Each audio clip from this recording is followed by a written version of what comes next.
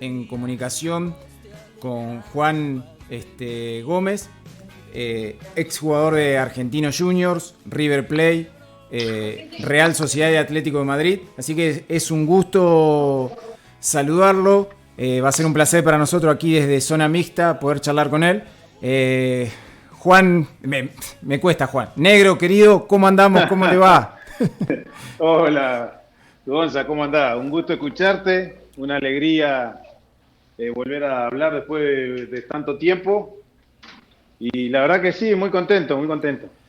Eh, ya no, nos vamos a meter después bueno, bien en tu carrera, aquella Copa Libertadores con River, pero quería ir un poco más atrás aún. ¿Cómo fueron tus comienzos desde Curuzú y cómo hiciste para llegar al fútbol grande? Que en esa época no era tan fácil quizás como ahora conseguir pruebas, que los clubes salgan a buscar jugadores. ¿Cómo fue que llegaste desde Corrientes a Buenos Aires? Bueno, mirá, yo tenía 17 años, para lo que están escuchando estamos hablando de otros tiempos, ¿verdad? Eh, y siempre el sueño de mi vida, no sé por qué y quién me puso en la cabeza, porque mi viejo nunca jugó la pelota. Ajá, Mi sueño era jugar al fútbol profesional. Y con 17 años me voy a Buenos Aires porque mi mamá cada tanto iba a Buenos Aires porque la llevaba a mi hermana al médico a un tratamiento que estaba haciendo y entonces iba a Buenos Aires y mientras tanto trabajaba por hora y demás ahí en Buenos Aires para tratar de ayudar en casa.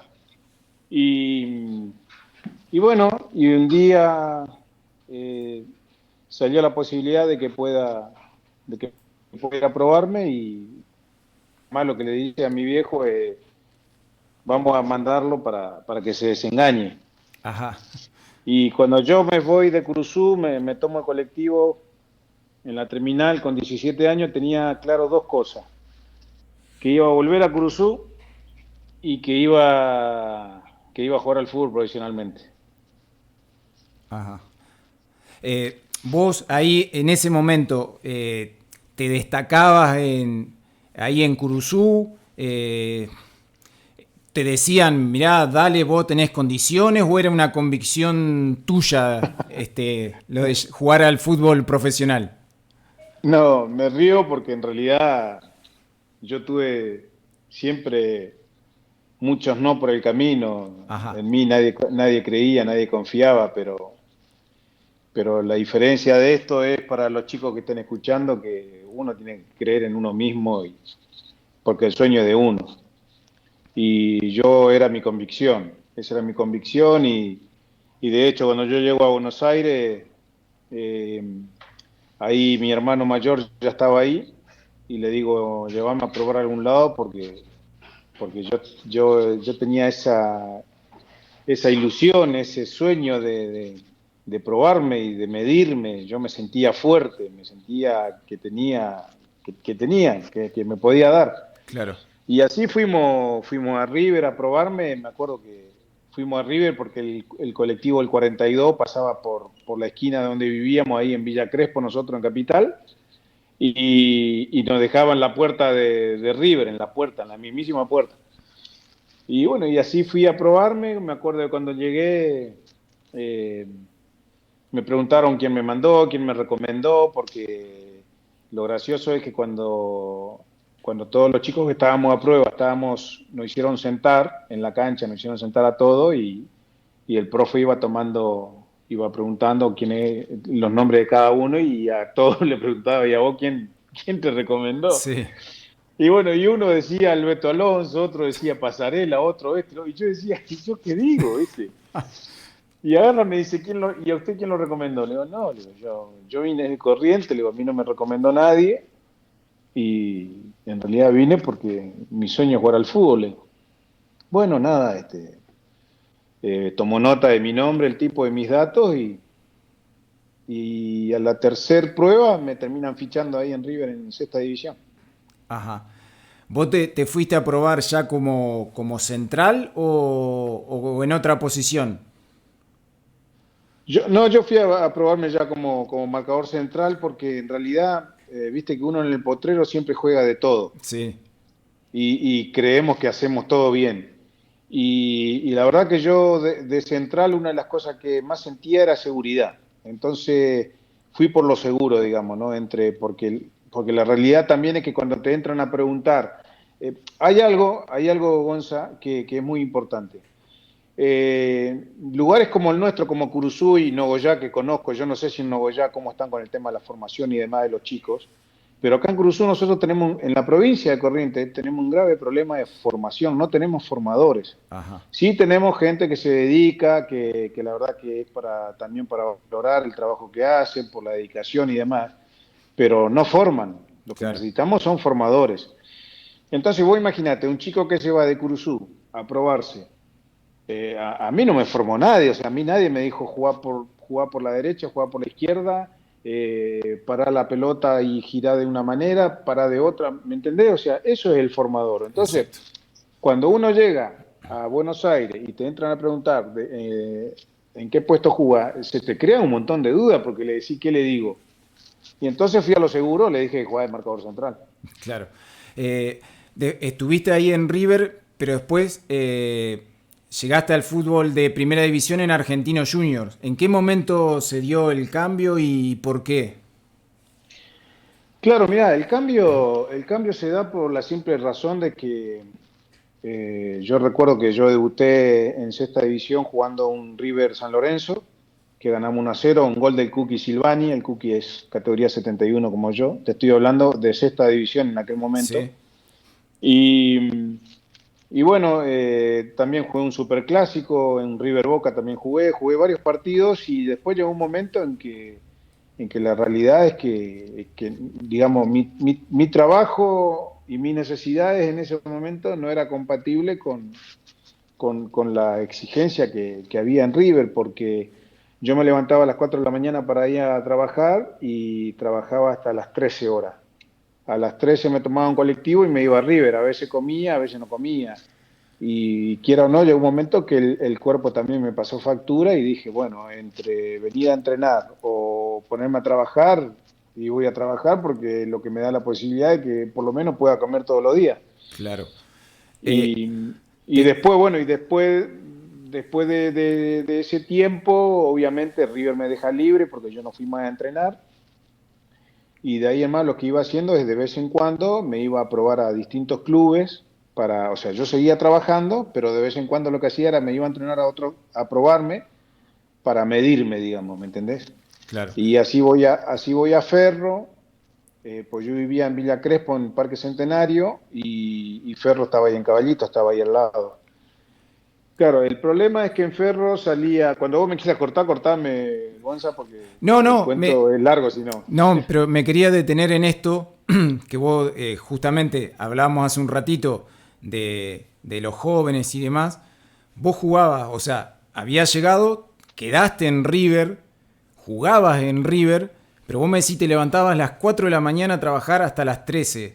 ¿En qué Sí. laburabas? ¿Qué hacías en ese momento para que valoren justamente el sacrificio que vos tenías que hacer? Sí, yo trabajaba en una imprenta. Ajá, eh, entonces lo que hacíamos era, yo trabajaba con mi tío, salíamos en un camión, llegábamos nosotros a la imprenta a las 4:30 de la mañana, cargábamos todas las encomiendas, por decir de alguna manera, todos los pedidos que había de todo el país, y recorríamos todos los expresos de Buenos Aires que hacían, digamos, eh, repartían para todo el país, digamos, ¿viste? sí, No sé si se entiende, los expresos, los lugares donde repartían encomienda, digamos, exacto. Sí, sí, sí, sí. desde Andreani a un montón de empresas privadas. Claro, Y claro, entonces había, por ejemplo, habían empresas que abrían temprano, tipo 5 de la mañana, 5:30, entonces nosotros lo que hacíamos era tratar de llegar los primeros para ir ganando tiempo a lo largo del día con los repartos. No era un trabajo pesado, ¿viste? Pues la realidad es que no era un trabajo pesado. pero, pero sí tenías que levantarte temprano y tenías que andar toda la mañana, tenías que andar, y había veces que tenía que andar todo el día, entonces Claro, ahí era donde se complicaba que no, había días que no podía ir a entrenar. Y es normal, o sea, si vos no vas a entrenar un día en la semana, ya el fin de semana no jugás, claro. Sí, sí, sí. porque la exigencia es mucha, eh, entonces bueno, pasaba eso, ¿viste? Claro. Y después, bueno, en Argentino Junior, cuando ya quedaste ahí, ¿seguiste laburando en la imprenta y jugando ahí en las inferiores o a Argentino Junior le comentaste esta situación, te ayudó con algo? ¿Cómo fue? No, no. Mira, primero, Gonza, yo sé la experiencia que vos tenés como periodista y la verdad que son interesantes las preguntas y cómo me vas llevando. Porque últimamente vengo haciendo un montón de entrevistas y por ahí si la idea es tratar de dejar algo, hay que saber llevarla también, así que te agradezco porque me da la posibilidad de que me pueda explayar y contar un poco la historia. Mm, Antes de Argentino yo voy a Ferro, que te estaba contando. sí, Y claro, el problema es que yo elijo ir a Ferro porque estaba en Caballito, claro, el estadio está en Caballito, pero Ferro entrena en Pontevedra, que quedaba 3 horas de viaje, salía un colectivo de ahí, y el tema es que los nuevos subíamos el colectivo sentados, pero a medida que iban levantando chicos por el camino, viste, te mandaban manito y te decían, levantate que vos sos novato, viste. claro. Y de ida no pasaba nada, pero a la vuelta volvías cansado, volvías con hambre, volvías con sueño. Claro, tenía que venirte parado por lo menos 2 horas, más de mitad de camino. Y el primer entrenamiento que tuvimos en Ferro, estaba Miguel Ángel Micó, Ajá. Miguel Ángel estaba ahí como coordinador, y bueno, y me termina la práctica y me llama, me dice, Correntino, venga, me dice, ¿viste?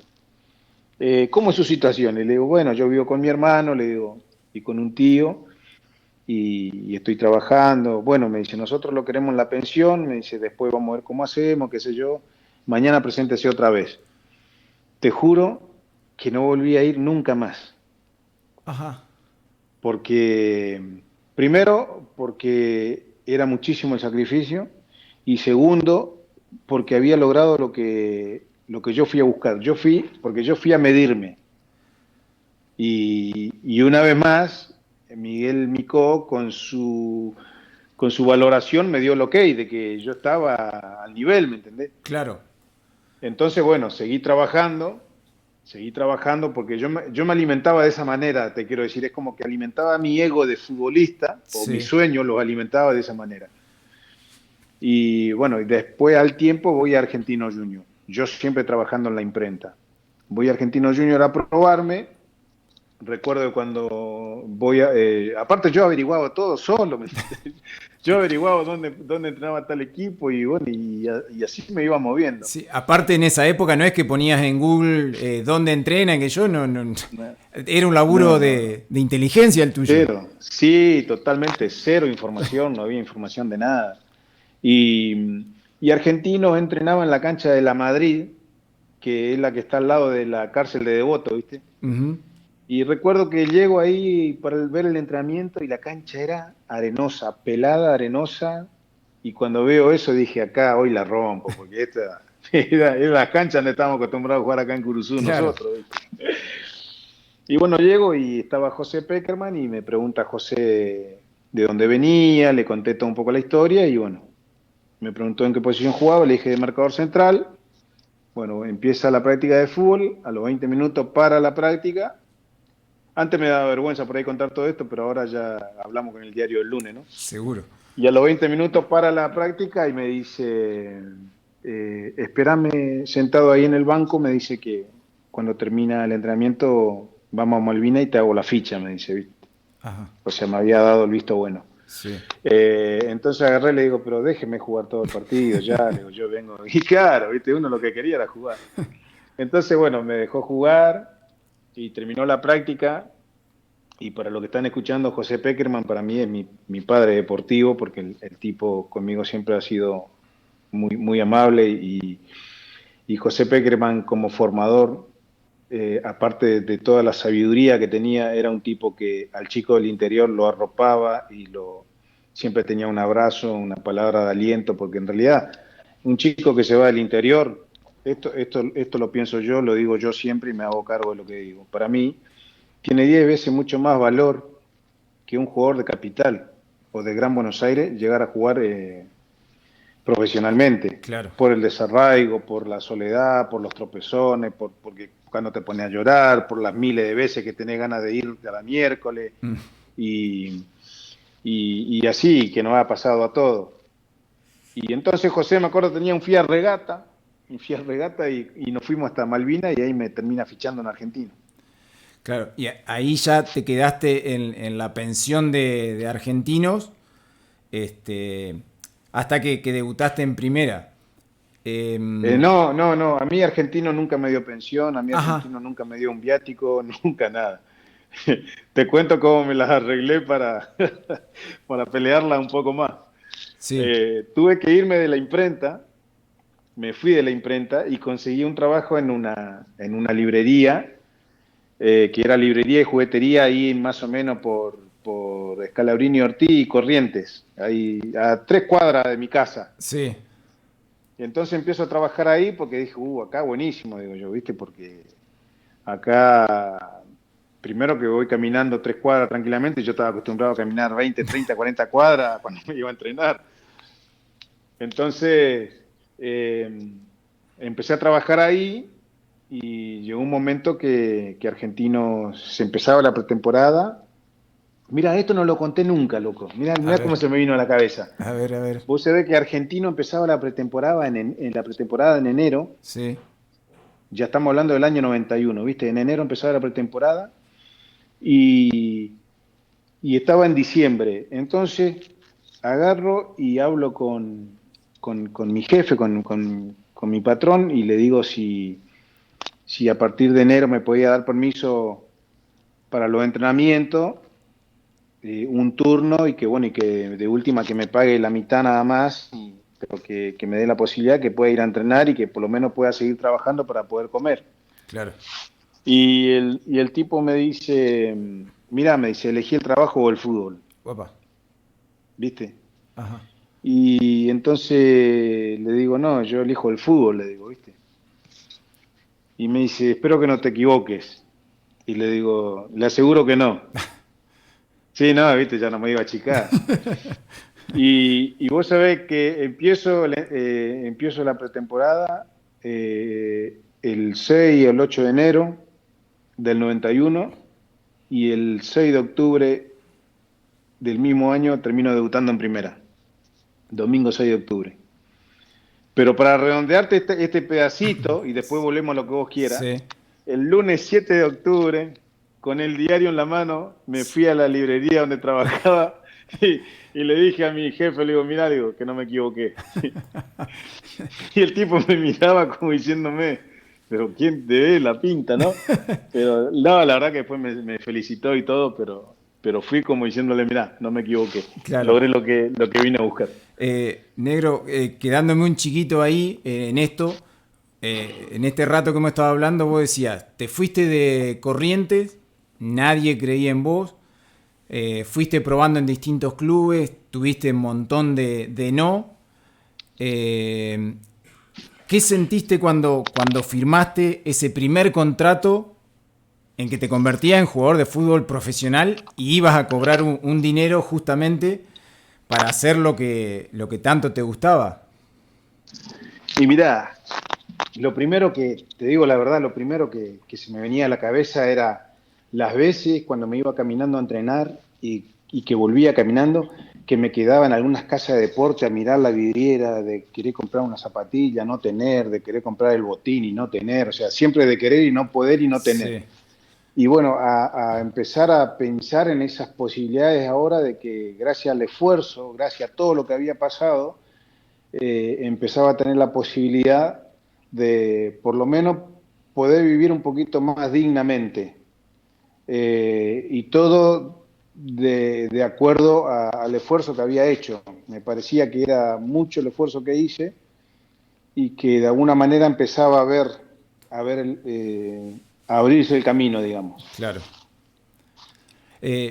Apelando obviamente a tu sinceridad y hoy con la experiencia, justamente vos decías a tratar de que muchos no y cosas que querías tener y no podías, en algún momento, o sea, cuando ya fuiste, obviamente, firmando contrato, consiguiendo logros, el jugador por ahí quiere tomarse revancha de eso y obviamente llega un momento que se le empiezan a volar los pajaritos. ¿Vos sentiste que te pasó eso en algún momento o no?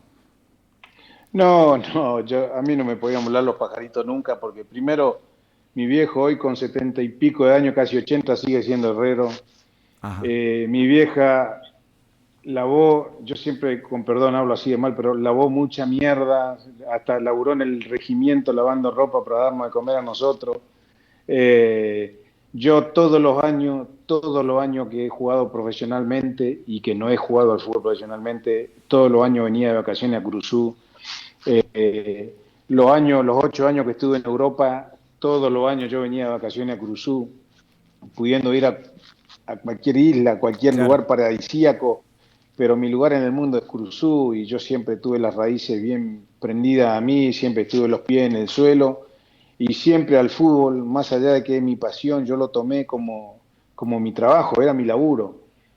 Y la única manera que yo pude lograr eso fue que siempre, una vez que pasé a ser profesional, era alimentarme bien, entrenar bien y descansar bien. claro. Eso es algo importantísimo, que los chicos que están del otro lado escuchando, o los padres, porque muchas veces los padres son más problemáticos que los chicos en Sí, realidad, sí, sí. es, es entender que primero no solamente es jugar bien a la pelota o pegarle bien a la pelota, o sea, hay que tener disciplina, hay que tener sacrificio, hay que tener esfuerzo, hay que tener compromiso, responsabilidad y, y aparte te digo que que aún y todo, yo siempre cuento lo mismo, o sea, yo siempre he sabido de mis limitaciones, siempre he sabido de mis limitaciones, entonces con más razón tenía que cuidarme, que alimentarme y que entrenar, pero si era posible 3 veces más que lo demás. Y, y así, y así he tenido la suerte, gracias a eso, de poder superarme día a día y de poder inclusive decir que el fútbol me dio mucho más de lo que yo había soñado y de lo que yo me había imaginado. Claro. En parte de ese sueño que tenías de fútbol, eh, contabas vos en un momento, te fuiste a probar en River, tuviste que dejar, y después la vida te llevó a que River te compre y ganar la Copa Libertadores allí en el club de Núñez. ¿Cómo fue ese año y qué sentiste vos que justamente River después te venga a buscar a vos y te compre para jugar allí? Mira, yo tengo que aprovechar este momento para contarte algo que el logro más importante, el logro más importante que yo he tenido en mi carrera no tiene nada que ver con lo deportivo. Ajá. Y estamos hablando de una carrera deportiva, ¿no? Sí. Mira, yo en River tuve un año que fue intenso, un año que a los 4 meses de estar en el club, juego un primer superclásico contra Maradona, Canigia, estando Francesco Ortega, por ejemplo, donde me terminan dando el premio Chamigo a mí al mejor jugador del partido. Ahí hacía 4 meses que yo estaba en River. Sí. Estaba Tití Fernández con el premio Chamigo en la mano, estaba la cámara, Tití con el micrófono, esperando que le den el aire para entrar en la televisión, y yo le digo, Tití, lo que yo estoy escuchando es lo que vos estás escuchando. Me dice, sí, negro, me dice, te jugaste un partidazo. Todo el estadio coreando mi nombre. Ajá. Bueno, luego tuve la posibilidad de ganar la Copa Libertadores, de ser el único jugador que jugó los 14 partidos de esa Copa Libertadores y de quedar en la historia grande del club para toda la vida. Pero ¿sabe cuál fue el momento más grande de mi carrera? Sí.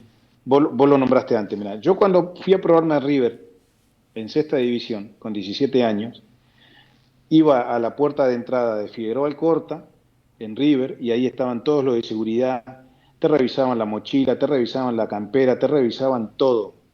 Te pedían el documento y encima te hacían esperar unas media hora ahí afuera porque no sé qué cosa. Cuando hacía frío, cuando llovía, vos tenías que esperar ahí afuera. Mm. ¿Y sabe cuándo fue el logro? ¿Cuándo fue el decir, lo logré? Cuando yo pasé a River profesionalmente, yo llegaba con mi auto por Figueroa Alcorta, asomaba la trompa del auto y ese portón inmenso se abría automáticamente, loco. El portón se abría para mí. Sí, ¿Entendés lo que quiero contarte, no? sí, sí, sí, sí. Eso fue como decir, lo logré. ¿Por qué? Porque yo me acordaba que hacía 7 años atrás yo estaba parado ahí al costado cuando llovía, cuando hacía frío, esperando que me den la orden para entrar. Y en ese momento yo con solamente asomar el auto, el portón se abría solo. Y toda esa inmensidad, porque el Monumental es algo único, era mío, yo era parte de algo tan grande. Ese fue el momento más grande de mi carrera. Estamos hablando con el negro Juan Gómez.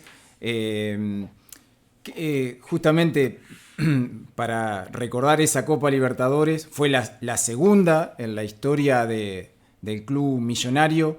¿En qué momento vos te diste cuenta? Vos decías, jugaste los 14 partidos de titular.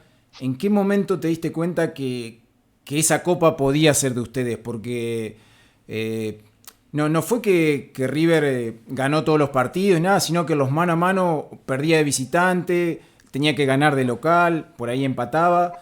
Pero ¿cuándo vos sentiste que esa copa podía ser de ustedes? Mira, nosotros habíamos tenido un semestre bastante complicado en lo que se refería al torneo local y bastante malo. Entonces, porque en River uno está siempre obligado a ganar todo. Claro. Uno en River está siempre obligado a ganar todo. Y tuvimos un semestre muy malo y nos quedaba como revancha ganar la Copa. No nos quedaba otra alternativa. Era ganar la Copa o no, nos mataban a todos, porque era así. Y de hecho habíamos tenido problemas 6 meses anterior, o sea, yo no, porque yo era nuevo en el club, no existía al lado de todos los fenómenos que había, pero me Mm, acuerdo que hasta el mismísimo Enzo Francesco le rompieron la cubierta del auto, todo en el estacionamiento del club. No se ve, a Francescoli, a Corti, a Ortega, al Negro Estrada, a todos los sí, líderes. Y bueno, yo zafé porque no existía al lado de todo eso. Y claro, imagínate, la presión, el peso, todo era para ellos, ¿viste? claro. Y, y entonces nosotros nos habíamos jurado que la Copa la íbamos a ganar. Y realmente, para serte sincero, nosotros sentimos que la Copa la ganamos en Perú, en el partido que jugamos con el Sporting de Cristal allá, que nos pegaron un baile tremendo y nos ganaron solamente 2-1. Ah, eso era Ahí fue octavo de final, unánime, ¿no? sí, ahí fue unánime cuando nosotros llegamos al vestuario y dijimos, hoy ganamos la Copa, hoy ganamos la Copa. Y porque la sacamos muy barata para lo que se presentó. Claro. Eh, Tenían justamente de técnico a Ramón Díaz, que, que era un poco un enigma, ¿viste? Todos querían saber qué tenía Ramón o qué era lo que sacaba del jugador para tener la mejor versión. ¿Cuál era el secreto que tenía Ramón o ustedes dentro del plantel? Como decía, con todos los fenómenos que tenían, se le hacía mucho más fácil el trabajo para él. No, yo creo que la mayor virtud que Ramón tenía era que se entrenaba con alegría, se jugaba con alegría y era un tipo optimista, un ganador. De todas maneras, estando en River no puede ser de otra manera, pero Ramón de la cuna misma del club y es lo que transmitía en todo momento. De todas maneras, también digo, con el plantel que tenía no te podía salir a defender a ningún lado, después Claro. tenías que salir a atacar a todos lados. Y era lo que él siempre pedía. Nosotros éramos protagonistas en todos lados, pero también como una obviedad, que si River no es protagonista en todos lados, estamos al horno, Sí, ¿viste? Pero en realidad para mí la mayor virtud, y aparte, Ramón era un tipo que tenía mucha personalidad, porque en aquel momento se habló mucho de que Enzo, que le manejaba. ujú, Enzo Francescoli es un señor tan señor, que es un tipo que en el vestuario se comportaba de la misma manera, un tipo correcto, un tipo humilde, un ejemplo para todos los chicos, inclusive para mí fue un ejemplo porque yo he aprendido muchísimo de él y sigo aprendiendo porque es mi amigo y porque siempre estamos hablando con él. Y, y la verdad que como todo líder, Enzo lo que hacía muchas veces era, antes de salir a los partidos, después de dar la charla a Ramón, era reunirnos y juramentarnos entre nosotros y dale, loco, dejémonos jugar, hoy nos jugamos la vida, tenemos que salir a matar por esto, por lo que sea, y lo normal, ¿me entendés? Claro. Entonces, en realidad a Ramón le quisieron quitar mucho protagonismo, que en realidad lo tuvo, porque él tuvo una conducción perfecta con el grupo y de hecho después de esa copa ganó muchísimas cosas más. Es cierto. Vos tuviste ahí en River y en esa copa el nacimiento, digamos, de un goleador histórico que fue Hernán Crespo.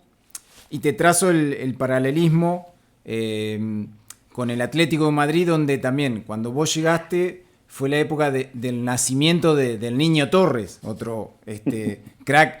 ¿Qué similitudes tenía y si también ustedes, como decía, desde la experiencia, ir arropando y ayudando a esos chicos a entender qué era todo lo que se estaba viviendo?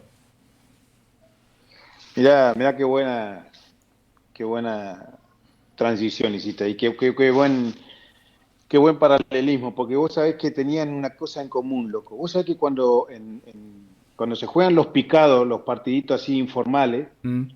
el 9 siempre le gusta ir al arco, a atajar, se pone los guantes y se pone a atajar, y el arquero le gusta jugar de 9.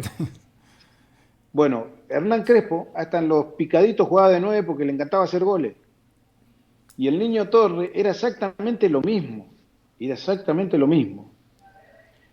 Y de hecho tuvieron una carrera muy, muy paralela, con la diferencia de que cuando yo llego a River, ya Crespo era un jovencito, pero ya era Crespo, Mm. y es más, yo ya estando en Argentino lo había enfrentado también varias veces, y, y Fernando Torres sí había nacido.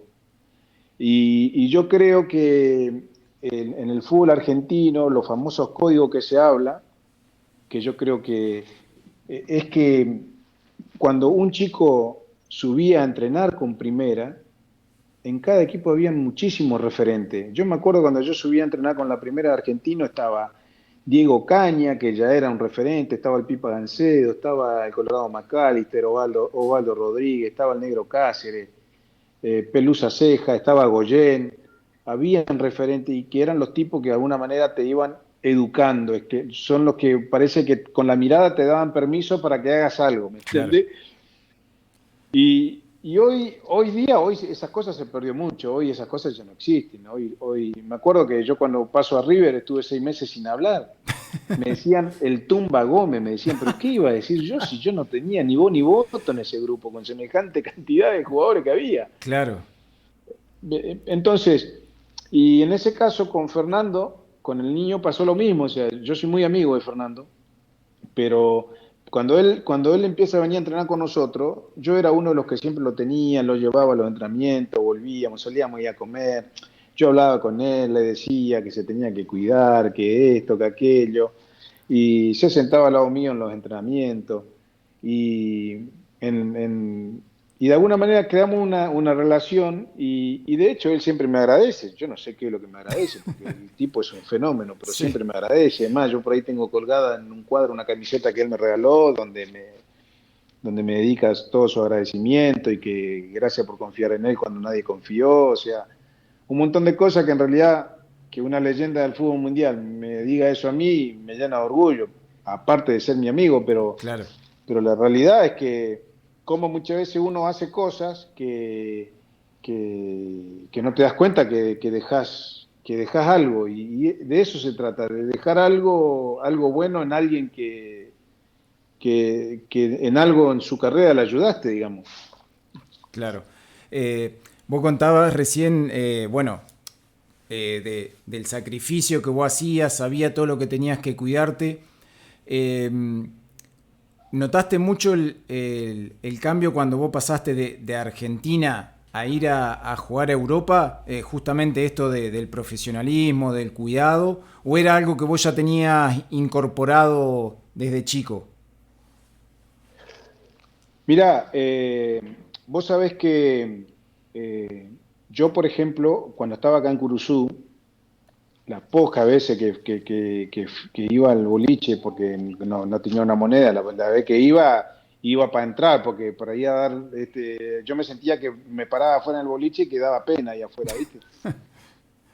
Y sí, viste, que encima que el humilde es perseguido, porque nosotros, viste, el que es humilde se persigue porque creemos que todos nos están apuntando a la cabeza, y realmente no es así, viste, parece que nos autosugestionamos y nos peleamos con el mundo más o menos. Mm, Entonces, yo me quedaba hasta las 2 3 de la mañana y después me iba a mi casa. O sea, yo iba a ponerle, tenía que jugar al otro día un partido con los vagos en el barrio y yo me iba temprano a dormir porque al otro día yo quería, no sé, es como que ya de chiquito eh, quería que se note que yo estaba a la hora de jugar un partido. claro.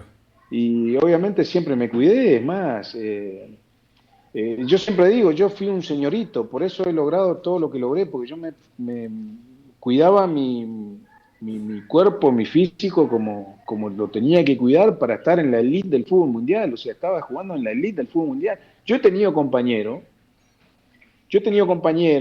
que, mira, que lo adoro porque somos amigos, que yo lo tuve que agarrar y todos los mediodías vivía solo, yo lo sacaba de la casa y lo llevaba a mi casa y le decía, hoy vas a comer pasta y vas a comer después un pedazo de carne. Y le tenía que dar de comer como si fuera una criatura porque era un desastre. Mm, Alimentándose era un desastre. Yo le decía, loco, estamos jugando en el Atlético de Madrid, boludo, estamos en la elite del mundo mundial claro. y vos estás acá. Y bueno, y, y más en un jugador como yo, o sea, yo no era un Ortega que te metía unos quiebres de cintura y... No, ¿me entendés? Yo tenía que estar al 200%. Claro. De todas maneras, Negro, vos tenías tu buen trato de pelota y hoy, o sea, con el fútbol que se está practicando, más allá de que en su momento fue un pase muy importante cuando te compró la Real Sociedad, hoy valdrías mucho más millones porque es fundamental el jugador, el defensor que tiene buen trato de pelota. Mirá, yo estuve, cuando River me vende a mí a España, en ese momento pasé a ser el jugador más caro, el defensor más caro de la historia del fútbol argentino. Y, y el año pasado estuve en San Sebastián y me encontré con Mikel Lasa. Mikel Lasa es un exfutbolista que jugó en la Real Sociedad, jugó en el Athletic de Bilbao y jugó en el Real Madrid. Mm, Y apenas me dice, Juan, me dice, tú hoy en el Atlético de Madrid hubiera sido ídolo, tío, me dice. Tú, como jugabas, hoy serías ídolo con el Cholo Simeone. Tú eras un jugador intenso, me decía, claro, era un perro de presa, ¿viste? Y el perro de... No, pero el perro de presa tiene lugar en cualquier equipo del mundo, ya sea grande o sea chico. El obrero lo necesitan siempre, porque arquitectos son todos, ¿viste? Los equipos poderosos son todos arquitectos. Pero el perro de presa, Arturo Vidal, a mí dámelo a Arturo Vidal para todos los equipos míos. claro. Es un jugador que te deja la vida en cada partido. Y bueno, es lo que... Y hoy, y la pregunta que me hacen normalmente, mira, que me adelanto si me querés preguntar, es que hoy me veo jugando en la Real Sociedad de hoy y me veo jugando en el Atlético de Madrid de hoy, pero tranquilamente, Claro. tranquilamente. Es cierto. Negro, te agradecemos muchísimo el contacto. Es más, nos extendimos un poco del horario del programa. De todas maneras, te voy a hacer la última. Ya ahora, y aprovechando que estamos recordando muchas anécdotas, te acordarás de tu época en Argentinos Juniors y en River también. Se daban esos últimos partidos que siempre tocaban Argentinos Juniors y River, y en el que River con un puntito podía ser campeón y Argentinos Juniors con ese punto generalmente le servía para zafar del descenso, terminar bien la tabla. Hoy a la distancia, después de tantos años, ¿Cómo se dan esos partidos? ¿Lo charlan entre los jugadores dentro del campo de juego? ¿Se da sobre entendido de que, bueno, no arriesgues tanto porque a mí me sirve y a vos también? ¿Cómo eran aquellos Argentinos Junior River de la No, década del 90? a mí nunca me tocó jugar un partido de esos. Ajá. ¿A qué te referías exactamente? Los argentinos, River, ¿te acordás de fines de mediados de los 90 que generalmente se daban en la última fecha Sí. y Argentino Junior, o sea, River con un empate era campeón y Argentino Junior por ahí con el empate, ¿Vos decís que se arreglaban partidos? no sé si se arreglaban, pero ya antes de que se jugara el partido se daba sobreentendido de que como que de ninguno de los dos iba a arriesgar mucho, porque a los dos les servía justamente el punto. No, yo no tuve la suerte de jugar ni uno de esos partidos. Si se arreglaran esos partidos, yo no tuve la suerte de jugar esos partidos, porque supongo que serían los partidos más, más cómodos de jugar. Ajá.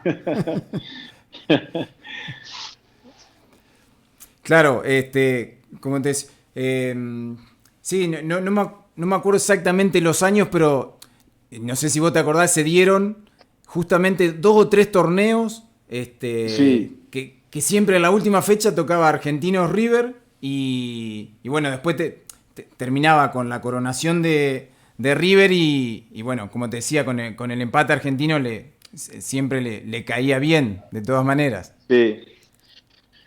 Sí, bueno, sí, siempre se hablan, siempre se crean unas ciertas dudas con respecto a esos tipos de encuentros y seguirán creando esas dudas porque seguirán jugando esos tipos de encuentros también. Claro. Pero, pero siempre son cosas que quedan ahí en la nebulosa y nunca, por lo menos que yo sepa, nunca hubo ningún tipo de denuncia, nunca hubo ningún tipo nunca se comprobó nada, o sea, Claro.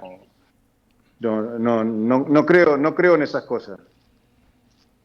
¿Y qué te pasa hoy cuando escuchás y trascienden justamente por ahí estas escuchas telefónicas que se dieron a conocer esta semana entre Grondona y Tinelli para arreglar los árbitros y no me mandes este árbitro que me perjudica y demás? ¿El jugador está ajeno a todo eso o también le llegan esas cosas cuando están ahí en los planteles?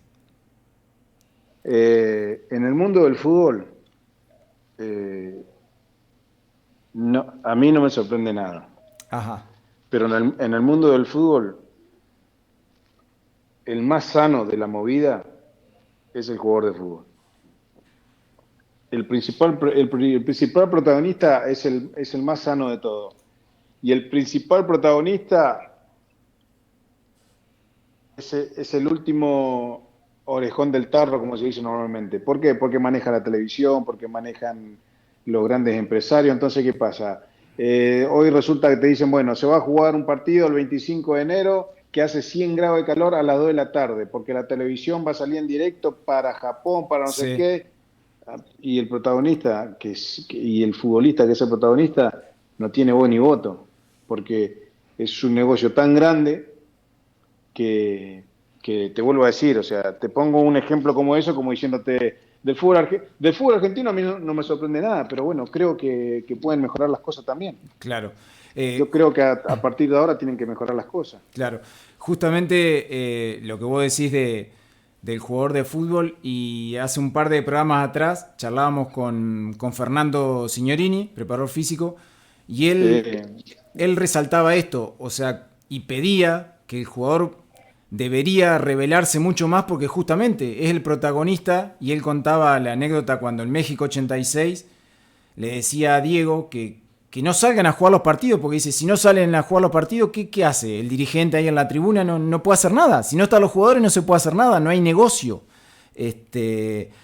Y quizás muchas veces el jugador, justamente lo que vos decías, en estar la cabeza metida en cuidarse, en responder el fin de semana, en ganar el partido, por ahí se le escapa esto de darse cuenta el valor que tiene y defender ellos y cuidarse los protagonistas e imponer condiciones. sí, pero ¿sabe cuál es la diferencia? que el jugador lo único que quiere es jugar. Claro, El jugador lo que quiere es jugar. Y te dicen que tenés que ir a jugar a las 3 de la mañana en Moscú, un partido en pleno invierno con 20 grados bajo cero, y nosotros vamos a salir a jugar. Si nosotros lo que queremos es jugar. claro, Es la motivación. Más allá del horario que muchas veces nos quejamos, pero el jugador quiere jugar, o sea, la motivación, el ver que ya vas a salir al ruedo, que vas a salir a otra vez a hacer lo que te gusta, el estar ahí en donde están los ojos del mundo pendientes de lo que haces. Y es lo más grande que te puede pasar. Lo único que queremos es entrar a una cancha de fútbol y jugar. claro. Por eso es que muchas veces nos suceden esas cosas que vos me decías del profe Signorini. Mm, claro. Negro, ahora sí la última. ¿Te genera un poco de esperanza que los jugadores se estén empezando a involucrar en los clubes? Antes siempre el jugador, digamos, se retiraba y era técnico o empresario, y ahora está empezando a meterse en la parte dirigencial. ¿Te genera esperanza eso para que cambien un poco las cosas? Está bueno, sí, viste. La verdad que está bueno porque, mira, yo me dedico a representar jugadores Mm, y estoy muy feliz con lo que hago. Y una de las cosas que yo digo que hay que hacer principalmente con los chicos, tengo algunos chicos que tienen buena proyección, es acompañarlo emocionalmente, apoyarlo, hacerle entender de los valores, hacerle entender de sus raíces, o sea, que el chico nunca se desprenda de lo que es de él, de su, de sus raíces, como normalmente siempre digo, pero, viste, vienen empresarios que no estoy en contra de eso, la verdad te digo, no estoy en contra de eso porque en este mundo hay lugar para todos. claro. Pero viene un empresario que mete un par de golpes con la billetera y viene a un pibe, le da un iPhone, le da un no sé qué, un no sé cuánto, y le terminas corrompiendo al pibe, porque los chicos podrán ser un fenómeno el día de mañana, pero a los chicos hay que hacerle entender que las cosas hay que ganarse con esfuerzo, que nada viene de arriba. A mí mi viejo, yo tenía 12 años, mi viejo herrero me llevaba los sábados a la tarde, al mediodía, me hacía pasar por el medio de la cancha jugando, yo pasaba llorando, me pasaba llorando toda la tarde trabajando con él, porque yo a la noche quería la plata para que me dé para ir a comprarme una hamburguesa. Claro. Entonces, eh, ¿por qué te pongo este ejemplo? Porque de alguna manera es como que hoy vienen tipos que no, vos le das una pelota y no saben qué carajo hacer con la pelota, capaz que la ponen de adorno en una repisa en la casa, pero a fuerza de billetera son representantes de muchos chicos que con mucho poderío, pero con sus actitudes a los chicos le está haciendo perder los valores, la esencia, le está haciendo perder la esencia. O sea, ¿de qué te sirve a vos, Gonza, tener tu hijo y lo mandás y vos le diste una formación, le diste una educación para que después venga un tipo y que, no, que le dé el iPhone, que le dé esto? O sea, te lo está totalmente perjudicando en ese sentido. Y en el mundo del fútbol creo que va a pasar un poco lo mismo. O sea, al involucrarse más, ex futbolista y demás, está bueno, porque de alguna manera tenés gente del palo. Y yo siempre, mira, te cuento esto último porque sé que está con poco tiempo, pero mis hijos todos quieren ser futbolistas. Sí, Entonces, yo hablo con ellos y les digo, y le cuento cosas, le digo algunas cosas, le doy algunos apuntes. Ah, claro, pero los tipos no quieren recibirlo. Y le digo, escuchame una cosa, digo, yo el camino que vos querés hacer, lo conozco de ida, de vuelta, de ida y de vuelta. claro. ¿Qué espera que te diga algo que tu dentista? ¿Querés que venga el dentista y que te diga lo que tenés que hacer para...? Entonces, está bueno que haya gente del palo que se entre a involucrar en la dirigencia, en los clubes, porque es lo que necesitamos. Y también se necesita de los empresarios, ¿eh? También se necesita de los empresarios, se necesita de todo. Claro. Lo ideal sería tratar de armar un buen grupo de trabajo donde se pueda convivir de manera armoniosa, digamos, para mejorar aún más lo que es nuestro fútbol. Perfecto. Negro, ha sido un verdadero placer charlar con vos, recorrer tu historia y dejás muchas enseñanzas también para los jóvenes de lo que es el sacrificio y todo lo que un jugador tiene que pasar para llegar a una primera división del fútbol argentino. Te agradezco muchísimo el contacto y bueno, te robamos un poco más de tiempo del que habíamos planeado, pero bueno, ha sido un verdadero placer. Muchísimas gracias por el contacto y nos reencontramos en cualquier momento. Hemos llegado al final, nos pasamos unos minutitos, pero bueno, valía la pena la charla con el negro